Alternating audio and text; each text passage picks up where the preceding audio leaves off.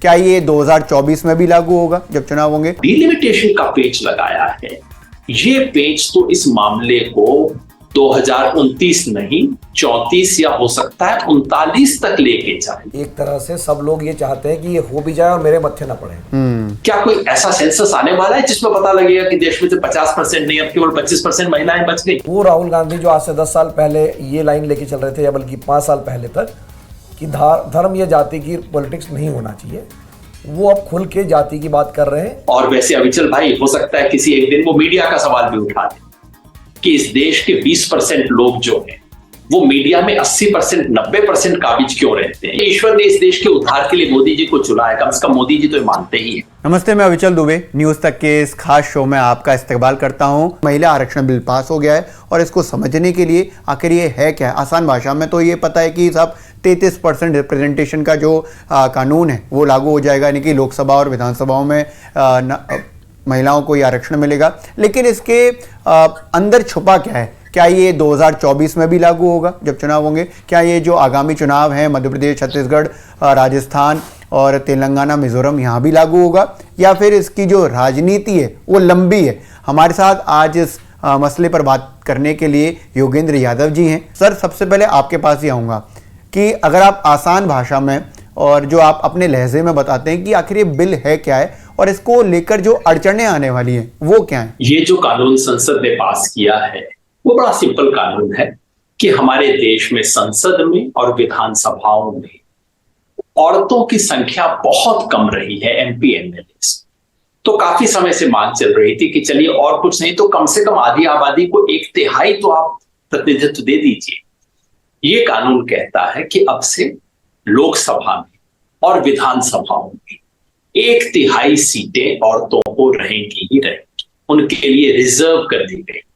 जैसे कि विधानसभा और लोकसभा में SC ST के लिए सीट रिजर्व की जाती है, ठीक उसी स्टाइल में 1/3 सीटें रिजर्व कर दी जाएंगी। ये इसका मूल तत्व है। 27 साल से इसके बारे में बहस चल रही थी। बार बार ये प्रपोजल लोकसभा में आता था, राज्यसभा में आता था, कभी आधा पास हो जाता था, फिर गिर जाता था। अंततः 27 साल के बाद देश की संसद ने इसे मान लिया है। इसका तात्कालिक कोई प्रभाव नहीं होगा। जो आने वाले राजस्थान, मध्य प्रदेश वगैरह के चुनाव है उसमें तो खैर सवाल ही नहीं होता। सरकार ने खुद संसद में बोल दिया है कि 2024 में जो संसद का चुनाव आने वाला है लोकसभा का, उसके लिए भी इसका कोई महत्व नहीं है, तब भी लागू नहीं होगा। और सरकार कहती है कि हम 29 तक इसको लागू करेंगे, 2029 तक जो आने वाला लोकसभा चुनाव होगा। मेरी अपनी समझ है कि तब भी नहीं होगा, ये भविष्य का मामला है, लेकिन उस पर हम बातचीत करेंगे। लेकिन असली बात यह है कि इस देश की संसद ने 75 साल बाद ही सही कम से कम ये स्वीकार किया कि एक आधी दुनिया है जिसकी आवाज है, जिसकी आवाज सुनने की जरूरत है, और उसकी आवाज मर्दों के थ्रू नहीं, उसकी आवाज उसके अपने प्रतिनिधियों के मायने से आनी चाहिए। तो उस लिहाज से मैं समझता हूं हमारे लोकतंत्र के लिए एक बड़ी दिशा में कदम है। जी बिल्कुल, आपने कहा कि जो आधी आबादी है उसकी एक आवाज़ है और उसके लिए एक बड़ा कदम है। सर, पहला टेक आपका भी मैं इस पर चाहूँगा कि जिस तरीके से सर ने कहा कि 75 साल बाद ही लेकिन ये आवाज़ सुनी गई है, लेकिन इसकी राजनीति भी तो बड़ी है। नहीं देखो अविचल, इसमें हम राजनीति पे बाद में बात करेंगे, लेकिन जैसा योगेंद्र जी ने कहा, मुझे लगता है कि महिलाओं के अधिकार को लेकर ये बहुत बड़ा एक फैसला है, बहुत बड़ा कदम है। और मैं ऐसा क्यों कह रहा हूँ, देखिए, जो कथित रूप से प्रगतिशील देश माने जाते हैं या विकसित देश माने जाते हैं, यूरोप में या अमेरिका में भी, यहाँ आज से 100 साल पहले तक भी महिलाओं का मतदान का भी अधिकार नहीं था। लेकिन हमारे जो संविधान बनाने वाले जितने भी नेता थे, जितने भी संविधान सभा के सदस्य थे, उन सब ने पहले दिन से महिलाओं का मतदान का अधिकार दे दिया था। जैसे आपको पता होगा कि ब्रिटेन में सब महिलाओं का अधिकार मिला 1928 में जाके, अमेरिका मिला है मतलब 1918 में जाके। तो 100 साल पहले तक दुनिया में महिलाओं को वोट देने तक का अधिकार नहीं था। लेकिन भारत ऐसा देश था जिसने आज़ाद होने के पहले दिन से कहा कि महिलाओं को मतदान का अधिकार है, बल्कि सबको अधिकार है, वो कोई भेदभाव नहीं होगा, सबका अधिकार होगा। क्योंकि पहले जो पश्चिमी देशों में ये होता था कि आप अगर टैक्स दे रहे हैं, आप जमींदार हैं, तब आप वोट डाल सकते थे। हमने ये नियम बनाया, हमने संविधान में प्रावधान किया कि महिला, पुरुष, जाति, धर्म कोई नहीं, सबको यूनिवर्सल फ्रेंचाइज जिसको कहते हैं वो दे दिया गया। लेकिन इसके बावजूद जो महिलाओं की भागीदारी है वो नहीं बढ़ पाई, उनको आवाज़ नहीं मिल पाई।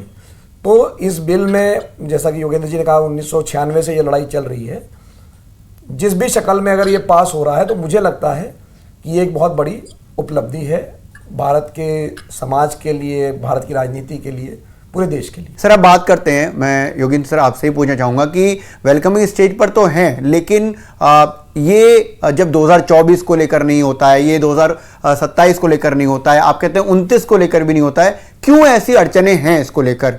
इसमें क्या ऐसी खामियां हैं? मतलब बिल में नहीं, बिल को लेकर जो बात कही जा रही है कि साहब इसको लेकर इतना लंबा चौड़ा या कहें कि पुलंदा बना दिया गया है कि जब तक लागू होगा तब तक का हिसाब किताब ही नहीं पता है। अब चल हम हिंदी में कहते हैं ना, देर आए मगर दुरुस्त आए, कि चलो बहुत देर हो गई लेकिन फाइनली ठीक काम किया। दुर्भाग्यवश इस कानून के बारे में ये भी नहीं कहा जा सकता, देर से तो आए लेकिन अब भी दुरुस्त नहीं आए।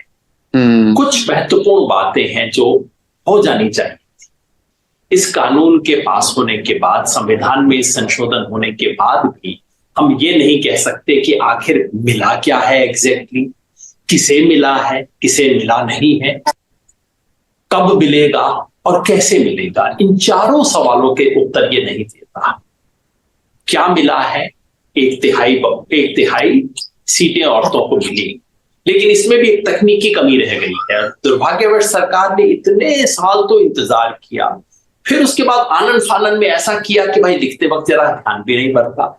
इस बिल में यह भी स्पष्ट नहीं कहा गया है कि लोकसभा में हर राज्य की जितनी सीट है वहां पे हर राज्य की 1/3 सीट महिलाओं को मिलेंगी। शायद मन में रहा होगा लेकिन लिखते वक्त भूल गए, ये एक छोटी कमी मान लीजिए। दूसरा, ये नहीं बताया कि कैसे मिलेगा। 1/3 सीटें होंगी, क्या रिजर्व की जाएंगी? हाँ, रिजर्व की जाएंगी। कौन रिजर्व करेगा? कानून में कहीं जिक्र नहीं है। कल होम मिनिस्टर ने खड़े होकर कहा कि हाँ, डिलिमिटेशन आयोग सब कुछ कर देगा। कोई आवश्यकता नहीं थी डिलिमिटेशन आयोग की, इसलिए डिलिमिटेशन आयोग कर देगा। मगर क्या कोई एक सीट जो रिजर्व हो जाएगी फिर वो हमेशा औरतों के लिए रहेगी? ये बिल कहता है कि नहीं, रोटेशन होगा। वो जो दो पहले का बिल भी कहता था, ठीक बात है, अच्छी बात है, रोटेशन होगा। रोटेशन कितने साल बाद होगा? अब ये बिल बड़ी अटपटी सी बात करता है। एक तरफ कानून कहता है कि महिलाओं के रिजर्वेशन का ये जो सारा प्रक्रिया है ये 15 साल तक चलेगी, और ऊपर से कहता है कि रोटेशन हर डिलिमिटेशन के बाद होगा, जो खुद 10, 12, 15 साल बाद होता है, आजकल तो 20, 25 साल बाद होता है। मतलब एक तरफ कहता है कि रोटेशन होगा, दूसरी तरफ रोटेशन को असंभव बना देता है। अटपटी सी बात है। तीसरा सवाल है कि किसे फायदा मिलेगा? इसमें एक जो बहुत बड़ी मांग थी ओबीसी महिलाओं वाली, उसको नजरअंदाज कर दिया गया है, उस पर हम चर्चा करेंगे। और चौथा और सबसे बड़ा सवाल जिसके ऊपर बार बार प्रश्न पूछ रहे हैं कि भाई कब होगा ये? सरकार चुप्पी बांध गई। पिछला जो 2008 में विधेयक आया था, जिसको 2010 में राज्यसभा ने पास कर दिया था लेकिन लोकसभा में पास नहीं हो सका, उसका प्रोविजन ये था कि वो हो जाता और अगले चुनाव से लागू हो जाता, जैसा कि हो जाना चाहिए, इसमें कोई पेच तो है नहीं।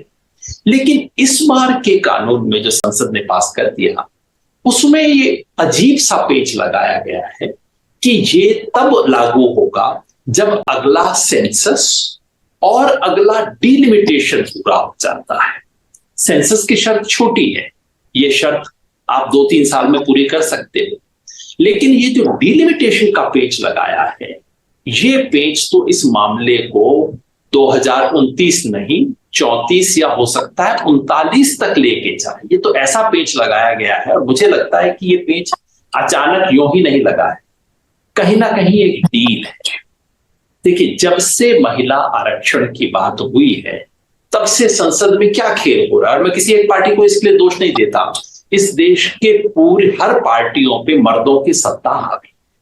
खेल क्या हो रहा है कि भाई हमें महिलाओं के लिए अपनी सीट खाली भी ना करनी पड़े और ऐसा कहना भी ना पड़े कि हम आपके लिए खाली नहीं करेंगे। मतलब दान देते हुए दिखे भी और जेब में हाथ भी ना डालना पड़े। 27 साल से ये खेल चल रहा है, और अंत में जो हुआ है वो भी इसी खेल का हिस्सा है। मतलब कि आज की राजनीतिक सत्ता में काबिज मर्दों ने फैसला किया कि चलो यार, बहुत दिन से चल रहा था, इस बार कर दो, लेकिन मेरे पे असर ना पड़ जाए, मेरे पे इस आने वाले चुनाव में, उससे आने वाले चुनाव में 10-12 साल बाद होगी, तब देखा जाएगा, जिसका है जो निपटेगा। तो इसे बिजनेस में फ्यूचर डील कहते हैं कि आप डील आज करते हैं, लेकिन डील का असर 10-15 साल बाद होता है। क्या असर होगा अनिश्चित होता है, आप उससे मुक्त हो जाते हैं। ये कुछ वैसा डील हुआ है। आज की राजनीतिक सत्ता का जो मर्दों का शिकंजा है, उसने तालियां भी लूट ली और कुछ दिया भी नहीं। इस मामले को 10-15 साल के लिए पोस्टपोन कर दिया है। फिर भी मैं कहता हूं इसका स्वागत करना चाहिए कि चलिए 10-15 साल बाद ही सही, कुछ तो होगा, एक ठीक दिशा में बढ़ने तो शुरू हुए हैं। लेकिन अफसोस जरूर रहता है कि देर आए लेकिन दुरुस्त तब भी नहीं आए। आप कह रहे हैं कि देर आए लेकिन दुरुस्त नहीं आए। सर मैं आपसे पूछना चाहूंगा कि सर ने डिलिमिटेशन का जिक्र किया है, हिंदी में इसको परिसीमन कहते हैं, लेकिन आसान भाषा में आप और इसको बेहतर कर पाएं, क्योंकि हम डिलिमिटेशन से जानते हैं कि हम चिन्हित करते हैं कि जहां पर संख्या बल है उस हिसाब से हम सीटों का बंटवारा या कहें सीटों को बढ़ाने की प्रक्रिया होती है। एक बार आप उसको बता दीजिए। और दूसरी बात कि सर 2039 तक का जिक्र कर रहे हैं। नहीं, तो पहले जो योगेंद्र जी ने बात कही कि एक तरह से सब लोग ये चाहते हैं कि ये हो भी जाए और मेरे मत्थे ना पड़े। मतलब अभी तो आपने सेंसस जनगणना नहीं करवाई, जनगणना पहले होगी, फिर उसके बाद डिलिमिटेशन होगा और फिर आरक्षण मिलेगा। तो ये जो आशंका है, ये जो 9 मन जब तेल होगा तब सब कुछ होगा, तो अब 9 मन तेल क्यों नहीं है? क्योंकि आपने कोविड के नाम पर या कोविड के कारण मान लीजिए आपने 1 साल के लिए स्थगित भी कर दी जनगणना। इस पर बहुत लोग बहुत सालों मतलब महीनों से बात कर रहे हैं कि भाई भारत में पहली बार ऐसा हो रहा है कि जनगणना ही नहीं हो रही है। इतने सालों में पहली बार ऐसा मौका आया कि हमारी जो हर दशक में जो जनगणना होती है वो रुक गई। आपने इसको रोक दिया। उस समय कोविड था, संभव नहीं था, लेकिन आप 2022 में शुरू कर सकते थे, 23 में शुरू कर सकते थे, लेकिन सरकार ने इसको बिल्कुल ही अनदेखा कर दिया। अब आप कह रहे हो कि जनगणना जब होगी, अब अगले साल हो नहीं सकती क्योंकि 24 में चुनाव है, तो नेचुरली सारे सरकारी तंत्र चुनाव में लगा रहेगा, तो 25 में होगी। और जो योगेंद्र जी इसको बताएंगे, लेकिन जनगणना का भी आंकड़ा ऐसा नहीं होता कि पहले दिन में आपको आंकड़ा निकल आता है। उसको जो भी कोलेट करके उसको इकट्ठा करने में कम से कम 2-3 साल उसका जो फाइनल आउटपुट होता है वो आपको मिलता है, तो उसमें समय लग जाएगा। तो अगर वो 2025 से पहले तो हमको वही आंकड़ा नहीं मिलेगा। 2026 में जो डिलिमिटेशन या परिसीमन की बात है कि हर साल 10 साल में परिसीमन होना था, ये हमारे संविधान बनाने वालों की सोच थी। उसमें भी एक पेज है कि ये जो हमने सीटें फ्रीज कर रखी है क्योंकि दक्षिण और उत्तर का एक झगड़ा चल रहा है कि भाई दक्षिण भारत ये कहता है कि आप हमको पिनलाइज मत करिए, हमारी सीटें कम हो जाएंगी क्योंकि हमने आबादी को रोकने का काम किया हुआ है। तो ये डिलिमिटेशन का जब भी ये फैसला आएगा तब ये वापस उत्तर और दक्षिण का भी विवाद आएगा।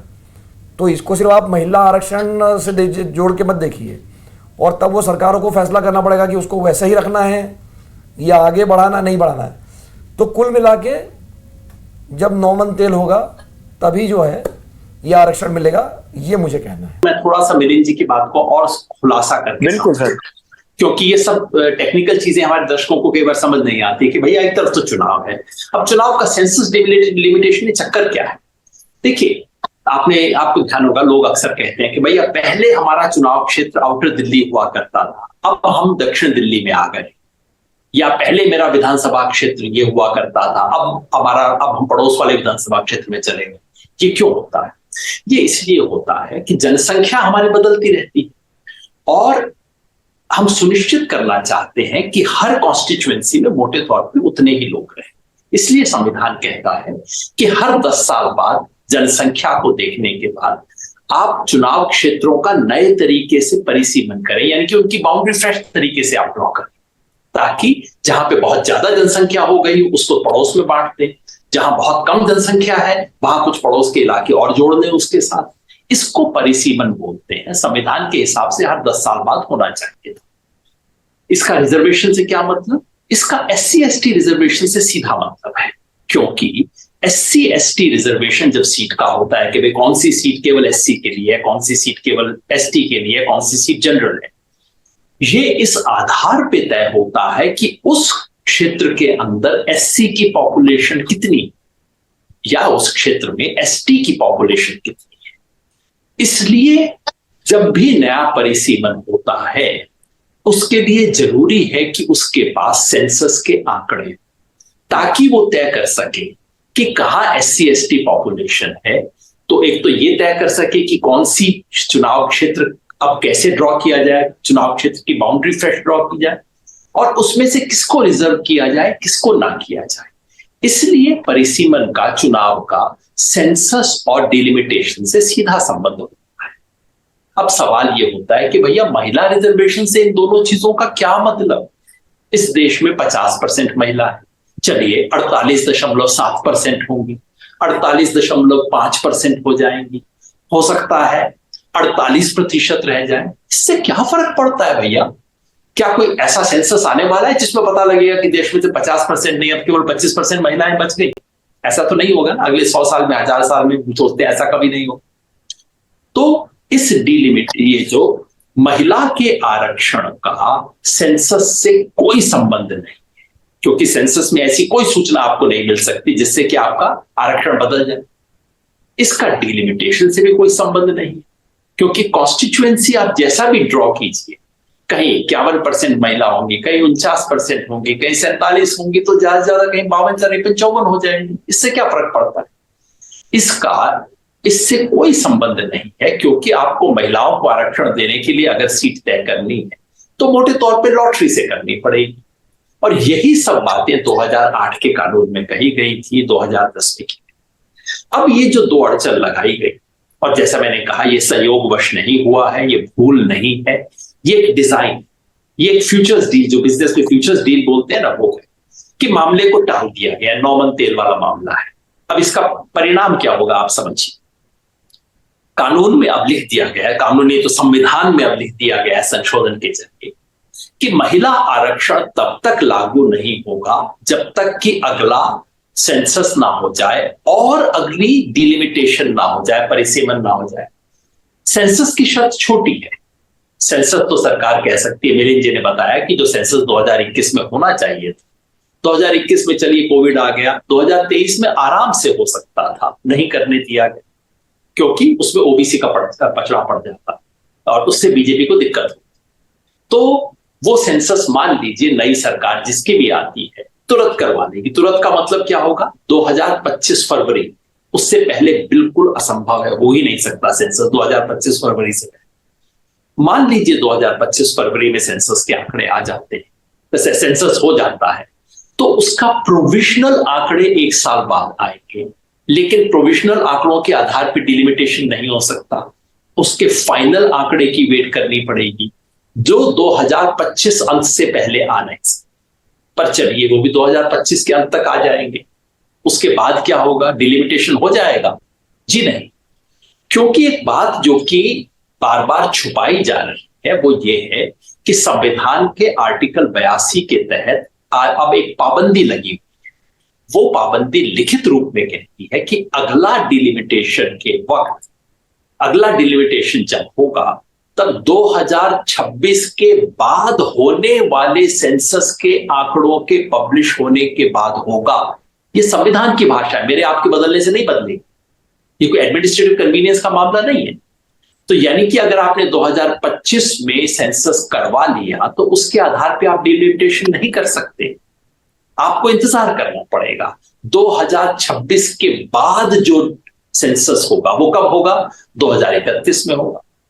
अब ये याद रखिए कि 2031 में अगर डिलिमिटेशन या सेंसस होता है, समझ लीजिए 2032 के अंत तक आपको उसके आंकड़े मिल जाते हैं प्रोविजनल। आजकल अच्छी टेक्नोलॉजी हो गई है, वो कह रहे हैं चलिए 2 साल नहीं 1 साल में मान लीजिए सारे आपको आंकड़े, फाइनल आंकड़े मिल जाते हैं। उसके बाद डिलिमिटेशन कमीशन काम करेगा। डिलिमिटेशन कमीशन क्या करता है? एक जज साहब होते हैं, उसमें कई MP MLA होते हैं, हर स्टेट में कमेटियां बनती हैं, हर जगह पे मैप बनते हैं। याद रखिए इस देश की 4000 असेंबली कॉन्स्टिट्यूएंसीज का मैप बनेगा। कौन सा गांव इधर होगा, कौन सा गांव उधर होगा, उसकी SC/ST पॉपुलेशन देखी जाएगी, उसका मैप बना के प्रोविजनली सबको दिए जाएंगे। भैया ठीक है, फिर सबको लीगली समय मिलेगा आपत्ति देने की। उसके बाद कमीशन अपना प्रोविजनल एक ड्राफ्ट जारी करेगा, उसके बाद फाइनल ड्राफ्ट जारी करेगा। बिल्कुल ये तो कोर्ट की हियरिंग जैसा होता है। पिछली बार डिलिमिटेशन कमीशन को अपना काम पूरा करने में 5 साल 5 महीने लगे थे। याद रखिए 2002 जुलाई में बन गया था और 2007 दिसंबर में उसने अपनी फाइनल रिपोर्ट दी थी। मतलब 2-3 साल तो लगेंगे ही लगेंगे। और डिलिमिटेशन कमीशन जब अपनी रिपोर्ट दे देगा उसके बाद देश की वोटर लिस्ट फ्रेश तरीके से बनेगी, क्योंकि तब तय होगा कि ये वाला पोलिंग बूथ, ये बूथ अब इस कॉन्स्टिट्यूएंसी में है, पड़ोस वाला बूथ दूसरी कॉन्स्टिट्यूएंसी में चला गया है। ये सारी एक्सरसाइज होनी है। तो अब आप ही बताएं, ये अगर 2026 के बाद मान लीजिए सरकार किसी विशेष तरीके से 2027 में भी सेंसस करवा ले, तो भी असंभव है 2029 तक तो कुछ भी करना। अगर 2034 तक हो जाए तो चमत्कार होगा। मेरा मानना है कि अगर 2031 का सेंसस लेना पड़ा तो ये मामला आराम से 2034 के बाद जाएगा, और 2034 जैसे ही क्रॉस हुआ उसके बाद 2039 बचता है। तो कुल मिला के इस देश की पॉलिटिकल पार्टियों ने, सत्ताधारियों ने, प्रधानमंत्री ने, बाकी सब ने मिलकर तय किया है कि भैया जो कुछ भी होगा हार मेरे गले में पड़ेगा, और इसका जो खामियाजा है वो आने वाले भुगतेंगे, तब तक मेरी तो कट लेगी। ये हुआ है कुल मिला के। जिस तरीके से मेरे दोस्तों ने भी पूछा कि ये गुड साउंड कर रहा है महिलाओं के लिए, तो क्या ये मोदी सरकार को फायदा देगा या ये विपक्ष को समझ में आ जाएगा जो आपने बातें समझाई हैं, बताई हैं, कि वो कन्विंस करने में तैयार हो जाएंगे कि ये सब अभी के लिए डील नहीं है, ये तो आगे की डील है। तो इसका फायदा किसको होगा? मेरी अपनी समझ है कि इस बात से किसी एक पार्टी को बहुत बड़ा फायदा नहीं मिलने वाला। हाँ, मोदी जी जरूर कहेंगे, उन्होंने कहा ही है कि ईश्वर ने मुझे इस काम के लिए चुना। वैसे तो ईश्वर ने इस देश के उद्धार के लिए मोदी जी को चुना है, कम से कम मोदी जी तो मानते ही है। अब दूसरे लोगों की तलाश है कि दूसरे लोग भी मानना शुरू कर देंगे। तो ये बातें तो होंगी, ये राजनीति का सामान्य मुहावरा है, इस तरह की लफाजी चलेगी। कल आपने संसद में देखा, हर पार्टी ने गिना दिया कि मेरे नेता ने सबसे पहले महिलाओं का उद्धार किया। ये सब चलता रहेगा। मुझे नहीं लगता इसका, पहली तो बात यह कि कोई विशेष चीज 2025 तक होगी नहीं, 2024 में कुछ भी नहीं बदलेगा, तो कोई ये नहीं दिखा पाएगा कि देखो मैंने ये कर दिया। और दूसरा, सब पार्टियां कुल मिला के इसमें अपना अपना श्रेय ढूंढेंगी। कांग्रेस कहेगी शुरू तो हमने किया था, बीजेपी कहेगी अंत तो हमने किया, कांग्रेस कहेगी कि लेकिन आपने इतना कच्चा बिल बनाया, बीजेपी कहेगी लेकिन आप जब सत्ता में थे आपने लागू नहीं किया। तो ये सब चलता रहेगा। मुझे नहीं लगता कि इससे कोई बहुत बड़ा फर्क चुनाव में पड़ने वाला है। तो सर जिस तरीके से कह रहे हैं कि सराउंड साउंड कर रहा है और उसका इतना बड़ा फर्क नहीं पड़ेगा। हम सभा के दूसरे मोड पर आते हैं, यानी कि दूसरे हिस्से में आते हैं। जिस तरीके से राहुल गांधी ने कहा कि साहब इस देश में 90 सेक्रेटरी में से 3 सेक्रेटरी हैं जो ओबीसी हैं और जो 5% बजट को डिसाइड करने में अपनी भूमिका निभाते हैं। तो ओबीसी को लेकर उनका ये बयान, और उसके बाद जिस तरीके से सत्ता पक्ष की तरफ से आ रहा है कि साहब की मंडल कमीशन ही जब अपनी चीज़ों को लागू इतना लेट करता है तो सेक्रेटरी बनने में इतना वक्त लग जाएगा। आप कहाँ कैसे बात कर रहे हैं? देखिए, राहुल गांधी का कल का बयान एक नए मोड़ का इशारा करता है। सच बात यह है, और हर कोई जानता है, कि जब 2008 में ये विमेंस रिजर्वेशन बिल बना, जिसको कांग्रेस 2010 में राज्यसभा में लेके आई, उसमें ओबीसी का जिक्र नहीं था। सच बात यह है कि उस वक्त कई पार्टियों ने ओबीसी की मांग की, कांग्रेस ने उसका विरोध किया और उसकी वजह से ये पास नहीं। तो जाहिर है आज से 13 साल पहले कांग्रेस यहां पे नहीं थी। लेकिन पिछले कुछ समय से हम बार बार ये बात सुन रहे हैं। रायपुर अधिवेशन में कांग्रेस ने जो सोशल जस्टिस रेजोल्यूशन पास किया वो काफी स्पष्ट रूप से इसका जिक्र करता है। राहुल गांधी ने कर्नाटक चुनाव में और मध्य प्रदेश में खुल के कास्ट सेंसस की वकालत की है। और कल जो उन्होंने कहा वो महिला आरक्षण पे के बारे में तो था, लेकिन उससे ज्यादा कास्ट सेंसस के सवाल को उठाया। तो ये बात स्पष्ट है कि कांग्रेस आने वाले दिनों में जाति के सवाल, जो कि पहले कांग्रेस एक तरह से कांग्रेस की छवि ये बन गई थी कि भाई इसे ये पार्टी जो उभरते हुए समाज के दबे हुए वर्ग जो उभर रहे उनकी आकांक्षाओं के साथ अब न्याय नहीं कर सकती कांग्रेस पिछड़ गई है इस खेल में। अब कांग्रेस उस खेल में वापस आ रही है। कांग्रेस उसकी प्रमुख दावेदार बन रही है। जो काम, जिस तरह का वोट आज से 25 साल पहले बीएसपी को गया, उस तरह का वोट को अब कांग्रेस दोबारा हासिल करने की कोशिश कर रही है। और कल राहुल गांधी के कहने से बिल्कुल स्पष्ट था कि कांग्रेस इसे एक बड़ा मुद्दा बनाने वाली है। और जो आंकड़ा उन्होंने संसद के सामने रखा, वो आंकड़ा सचमुच विचलित करने वाला है। उसका अमित शाह ने जवाब कई तरीके से दे दिया, लेकिन उन्होंने नहीं कहा कि आंकड़ा गलत है। इस देश के 90 सेक्रेटरी मतलब किसी भी विभाग का सबसे आला सर्वोच्च आईएएस अफसर जो होता है वो सेक्रेटरी कहलाता है, यानी कि मंत्री के ठीक नीचे जो व्यक्ति काम करता है। और व्यवहार में मंत्रियों से ज्यादा काम वही करता है। खासतौर पे मोदी सरकार में तो मंत्री बेचारे नाम के सिग्नेचर करने के होते हैं। इन सेक्रेटरीज को सीधा कैबिनेट सेक्रेटरी से ऑर्डर आता है, कैबिनेट सेक्रेटेरिएट से बात होती है, और दरअसल सरकार चलाने का काम ये लोग कर रहे हैं। और उनमें से 90 में से यदि केवल 3 ओबीसी, मतलब 10% भी नहीं, केवल ये तो 3.25% हुआ, जिसकी आबादी देश में 45-50% हो, और जिसको इस देश के सर्वोच्च सत्ता के निर्णयों में केवल 3% भागीदारी हो, तो ये सवाल तो उठेगा। मोदी इस पे अमित शाह जी ने जवाब दिया कि हमारे इतने मंत्री ओबीसी हैं। ठीक बात है। उन्होंने कहा हमारे 27% एमपी लोग ओबीसी हैं। ठीक बात है। लेकिन जो लोग, और उन्होंने तंज करते हुए कहा कुछ लोग सोचते हैं कि अफसर लोग राज करते हैं। सच तो ये है कि मंत्री और ये सरकार राज करती है। लेकिन जो सत्ता को समझते हैं वो जानते हैं कि सर्वोच्च बैठे हुए अफसर अपनी फाइलों में जो लिखते हैं उससे सत्ता चलती है, राजनीति के इशारे पे चलती है। लेकिन बहुत महत्वपूर्ण आंकड़ा है। और उन्होंने जो बात उठाई है, मुझे लगता है कि आने वाले दिनों में हो सकता है वो दूसरे सवाल भी उठाएं। वो जुडिशरी का सवाल भी उठा सकते हैं।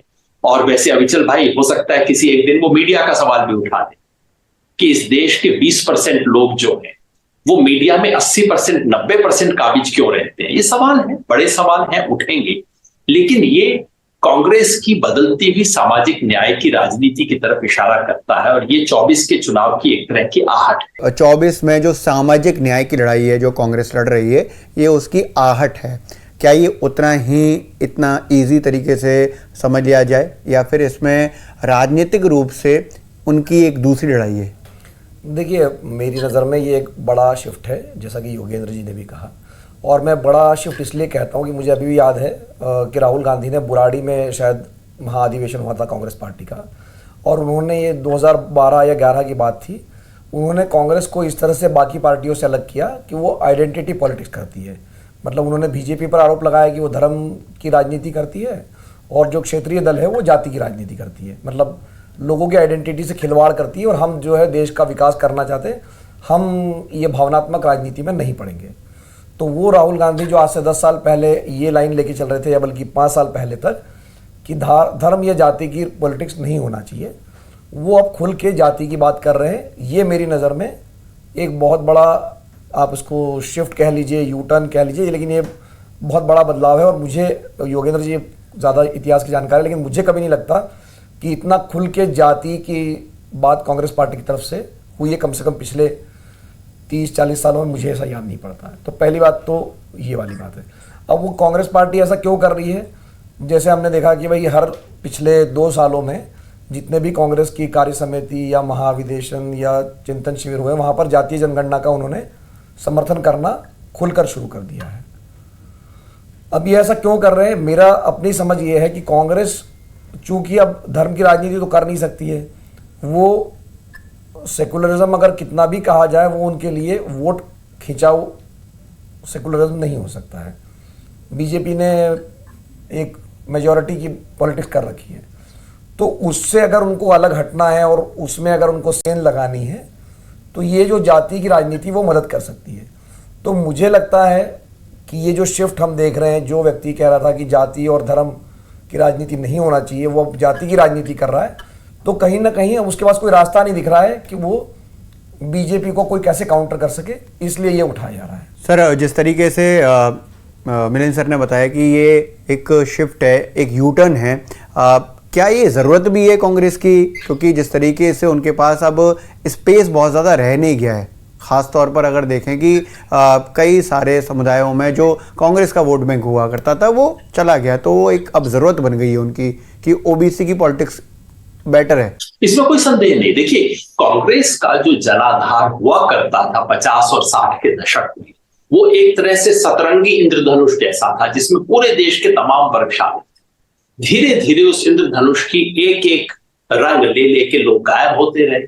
सबसे पहले टूटी ओबीसी 60 के दशक के अंत में, 70 के दशक में, जबकि पूरी विपक्षी राजनीति, खासतौर पे समाजवादियों की जो राजनीति उत्तर भारत में थी और बाकी डीएमके वगैरह की राजनीति, इन्होंने जो ओबीसी वाली स्लाइस थी इंद्रधनुष में से लेके उसको चल दिए, वो रह गया। फिर बीएसपी ने कांग्रेस के दलित वोट पे हमला बोला, फिर उसके बाद शेड्यूल्ड ट्राइब वोट के ऊपर बीजेपी ने हमला बोला है। तो धीरे धीरे उस सतरंगी इंद्रधनुष के अलग अलग स्लाइस जाते रहे। अब कांग्रेस के लिए मौका है। मंडल 1 की राजनीति कांग्रेस के विरुद्ध हुई, कांग्रेस उसमें बाहर थी। मंडल 2 में कांग्रेस बाहर थी, कांग्रेस ने उस पर का मुकाबला करने की कोशिश की, लेकिन कांग्रेस उस बस में बैठी हुई नहीं थी। ये 2 बस छूट गई कांग्रेस से। अब मंडल 3 की राजनीति में कांग्रेस ड्राइवर की सीट पे बैठना चाहती है।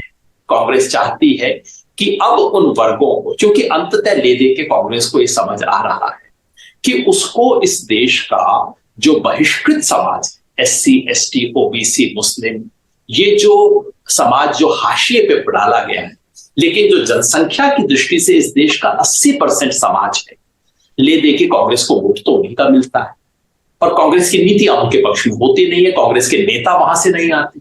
तो कांग्रेस अब कोशिश कर रही है कि अपनी नीतियां और अपना नेतृत्व का मिलान, का सामंजस्य उन लोगों से करे जो कि उसके अपने वोटर हैं और अपने वोट को मजबूत करें।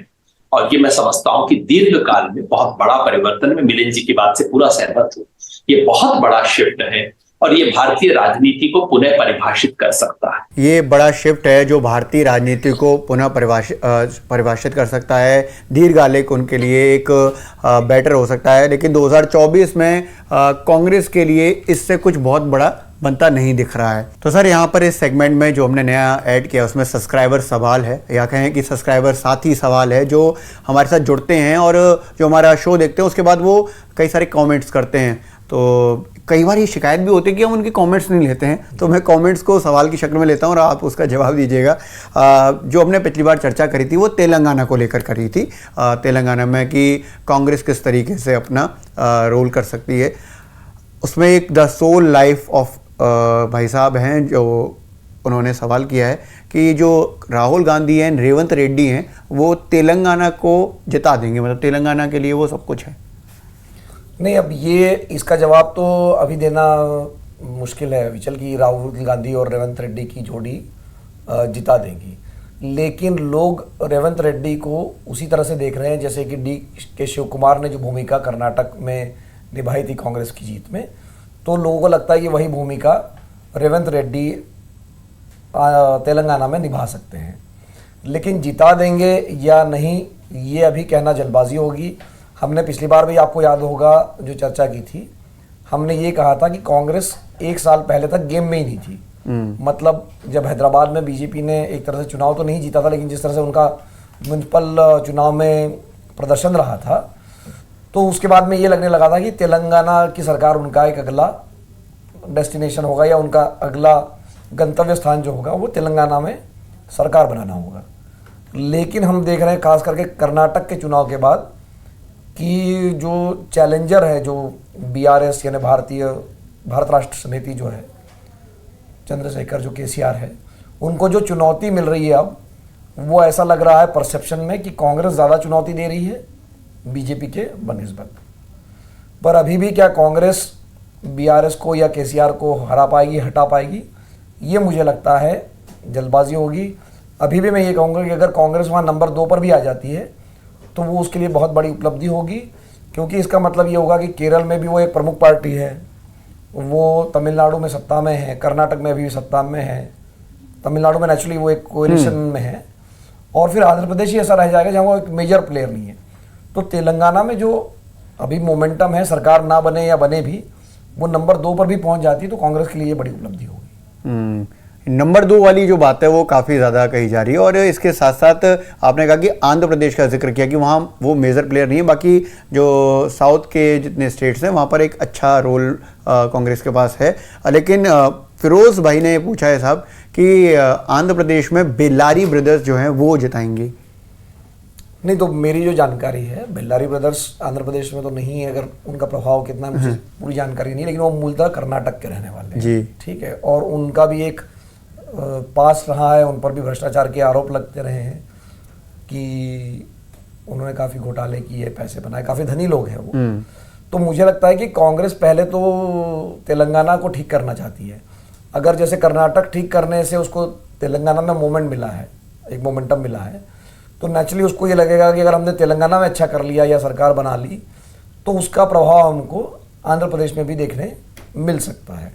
और आंध्र प्रदेश में इस समय जो राजनीति चल रही है वो बेसिकली चल रही है तेलुगु देशम और जगन रेड्डी की जो वाईएसआर कांग्रेस है उसके बीच में।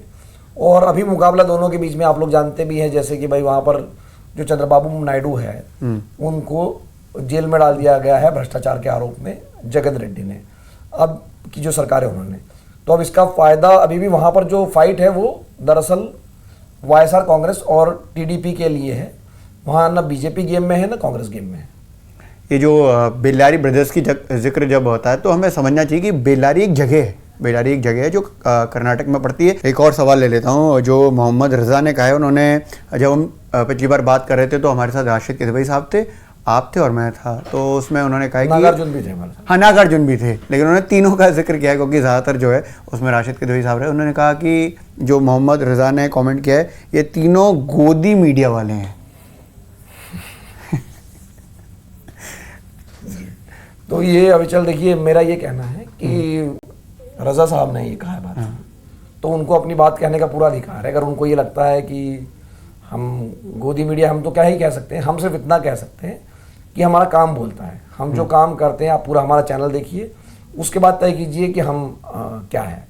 हम निष्पक्ष हैं, हम सभी पक्षों को का मंच है, सबको जगह देते हैं और सबकी खबर देते हैं और सबकी खबर लेते हैं। तो मेरा सुझाव ये है कि अभी 2 दिन पहले हमारे 1 करोड़ सब्सक्राइबर हुए हैं, तो ये हमारी जो निष्पक्षता है या जो हमारा जो जर्नलिज्म है उसको देखकर ही ये लोग हमको हमारे पास आए हैं। तो रजा साहब को अपनी बात कहने का पूरा अधिकार है, लेकिन आप हमारी साप्ताहिक सभा देखिए, हमारा मंच कार्यक्रम देखिए या हमारा कोई भी वीडियो देखिए, वो वीडियो देख के कमेंट कीजिए। ये फैशनेबल हो गया कि भाई ये फला मीडिया, ये ढिकाना मीडिया है। हम मीडिया है, हम निष्पक्ष मीडिया है, आप देखिए। और फिर भी आपको लगता है कि हम ऐसे हैं या वैसे हैं, ये आपका अधिकार है, कहते रहिए, लेकिन हमको देखते जरूर रहिए।